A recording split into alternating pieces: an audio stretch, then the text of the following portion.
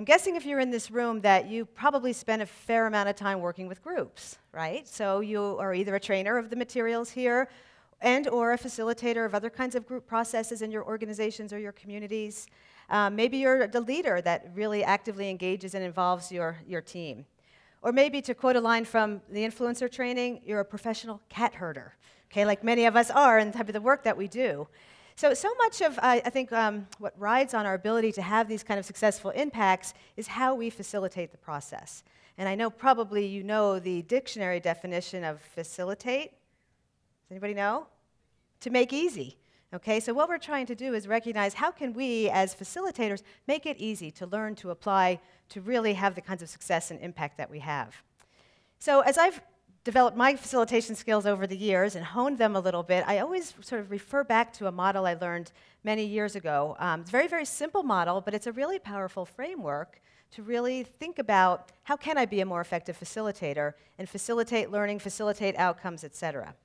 Okay? So you'll see in the simplicity, it's called the I, we, it model. Okay, very clever title there, the I, the we, and the it. And what I'd like to do is just briefly define what it is, dive in a little deeper to each, and think about kind of how they play out, and then we'll discuss some of the nuances of how they kind of work together. Okay? So the I, the we, and the it. The I is comprised of my role. My role is the facilitator in the context that I'm working with this particular group on. So my role could be facilitating learning. My role could be facilitating perhaps a group decision-making process. So what's my role within the context of what we're trying to accomplish? And what about myself? How do I bring my own personal self to the table here? Mike just mentioned that. How do I just bring myself who I am, which includes my own needs, my issues, my hot buttons, maybe a personal agenda. So keeping aware of all of that. The we is about the group, right? It's group development, group dynamics. It's being attentive to how does a group grow and evolve over the time that I'm spending with them, and how might that affect my engagement with them, or what I have them do, or kind of how we work together, and how quickly we can get to where we want to go. And of course, group dynamics. I think we're all attentive to that. What's going on in the group? What's the energy level like? Are there interesting kind of things going on around interactions with others? Are things like hierarchy or personality somehow impacting the flow of the group? So keeping our eye on the we. The third piece is the it. Okay, this is the content, this is the material, this is whatever task is in front of the group, what it is we're trying to accomplish. Okay? So as we look at the I, the we, and the it in concert there, recognizing that there's three components, and I'd like to do a quick survey here of all of you and ask you, if you think about these three components in the very briefest of definitions here, which one do you think is the most important? Which one do you think you really need to absolutely bottom line, pay attention to that one, and the others will follow? So I'm going to ask you to raise your hand if you think the I is the most important. I've got to focus on the I, got to know my own bit, okay? How about the we? How many people believe, hey, it's all about the group? Got to pay attention to the group. All right, interesting. How about the it? How many people believe if you're not there to deal with the it, then what's the point? Couple of hands. How many of you are like, well, hey, wait a second. Isn't there an it depends? Anybody, it depends? All right, ding, ding, ding. It's sort of an it depends thing here, and that's the point that we're looking at. Being an effective facilitator, I always think it's a combination of art and science, right? You got to kind of get a feel for what's happening in the group. You have to ground it in some group development and group dynamics theory, all of that sort of thing. So having some flexibility, and I look at this model kind of like a multi-lens tool, right? So I might want to zoom in and focus in on one area more than another at this particular point in time. Or I want to keep two in focus and not so much the other. So it's a flexible sort of approach, a modality to focus, zoom in, defocus, but know that they're all there going on at the same time. Okay? So I'd like to take a minute and define just a little bit more depth behind the I, the we, and the it. And then I'll give you a chance to think about what does this feel like to you? Okay? So with the I, again, thinking about your role.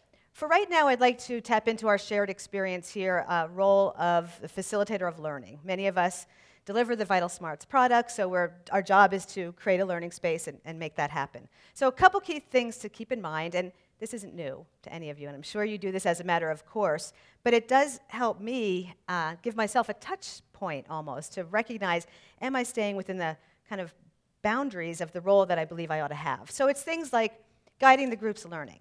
Okay, focusing on the process as well as the content. Now, what's the key word in that sentence? Guide, right? So as a facilitator, I'm guiding, I'm making it easy, so I'm creating that, making that happen.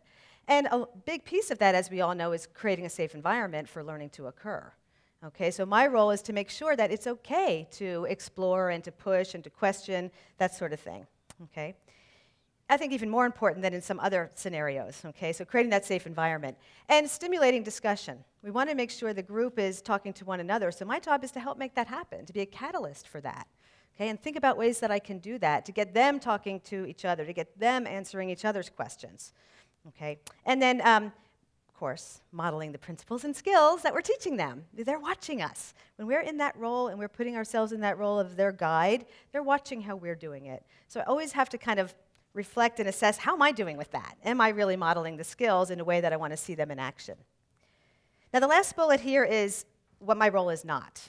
Okay? My role is not to be the expert, have all the answers, be the authority figure, and be their teacher. I really try to watch personally for that boundary.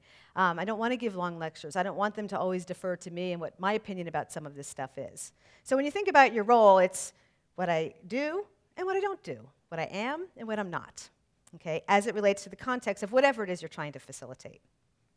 Okay? This next part is the harder part, don't you think?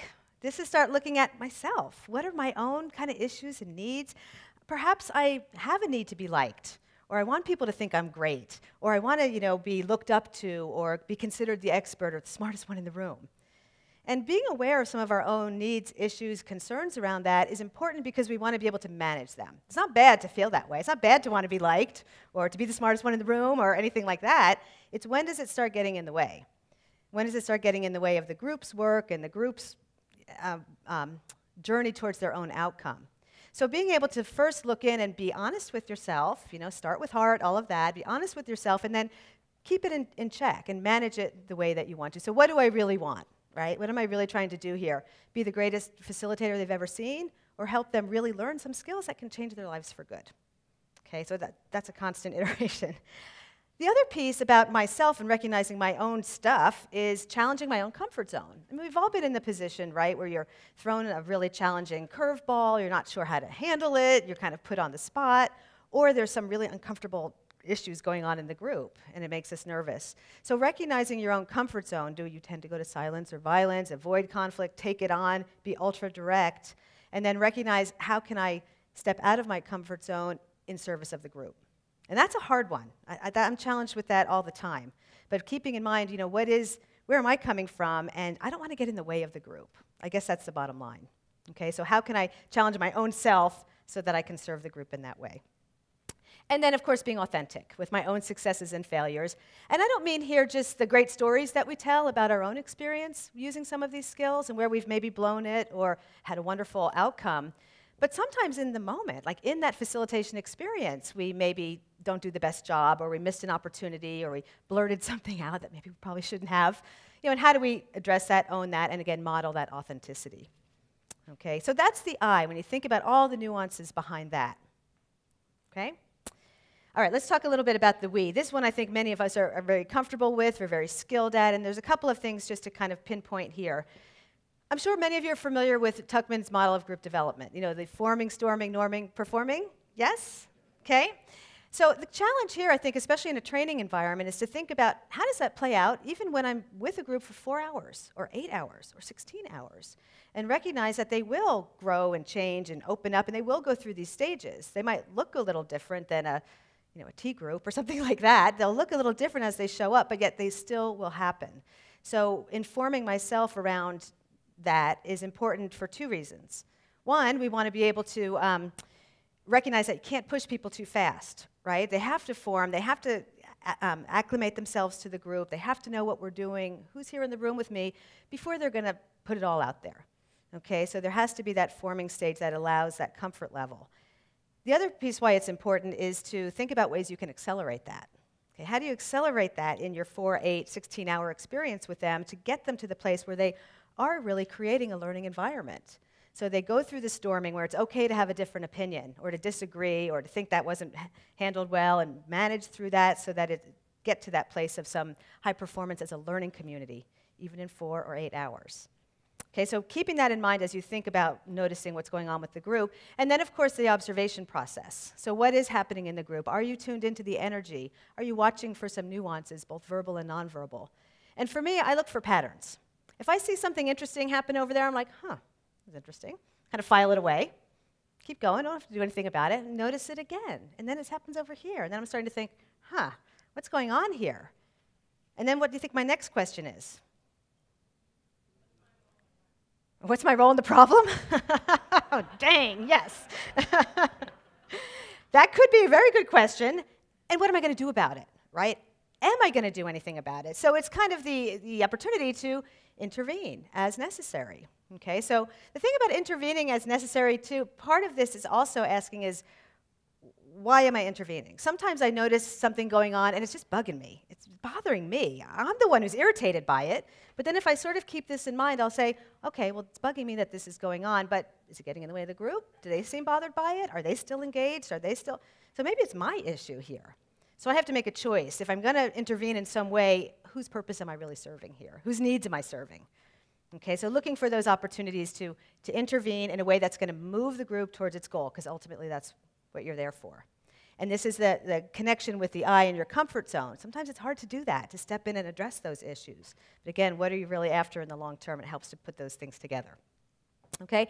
And then finally, the content, the material. This is where we want to make sure we're managing the content, again, towards that outcome. So where we're tailoring, customizing, tapping into the needs of the group, either in the moment or in preparation mode. You know the kind of participants that'll be coming to your facilitation experience, so how do you tailor, customize, thinking about organizational culture, thinking about time constraints. So it's all about managing the it, so that the it is as successful and effective as it can be towards the ultimate outcome there. And as we think about messing around with the it, it's recognizing the purpose behind the strategy. So if we want to change this or move this or shortcut this, how will that impact the overall goal? So it's keeping that it kind of in hand as well as the other two pieces. And obviously, continuous improvement, right? So we make some adjustments, we see how it's working, we kind of manage the I, the we, and the it around content too. Okay, so that's sort of the quick and dirty there. What I'd like to do is give you about 2 minutes here to maybe a different partner. I know we've had you turn to a partner. Turn the other way this time with a partner or a group of 3, and just 2 minutes just to kind of react to this model. What is it making you think of? What are your ideas about it? Okay, 2 minutes. Have a couple minutes left here to talk about some of the nuances of this. It's a very interesting static model, isn't it? You could say, oh, this, that, this, but it's not a static model, clearly. And although the 3, I think they're the same size, 3 same size, it's the idea of you don't necessarily give equal attention to each of these in equal measure every time. And so there's some nuances around that and some pitfalls, I think, that we fall into as facilitators. And you can slice that from a lot of different perspectives, but I thought we'd go with an easy way and say, let's think about the perspective of experience with facilitation. So when you think about new facilitators, people who are new to the experience of either delivering a training product or working with a group in that way, where do you think new facilitators tend to maybe overly focus? I and it, right? So the I and the it. Right? That's what I see a lot. The I and the it kind of in concert. So think about it with the I. A little bit of performance anxiety, want to make sure you do a good job, especially if your boss or your colleagues are in the room, you want to make sure that shows that, and you want to have personal goals probably that you're trying to achieve. So, you're concerned about your own performance. At the end of the workshop, you pick up those evaluations, your eyes go straight to the section on the instructor. Right? I know you do it. Okay? So it's all about me.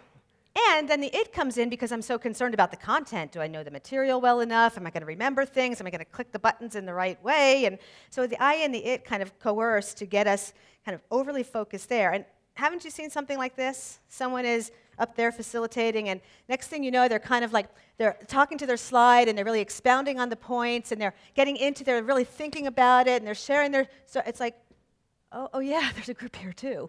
They get so focused in on the I and the it that it's almost like the group doesn't exist anymore. So the group could be checked out, they could be confused.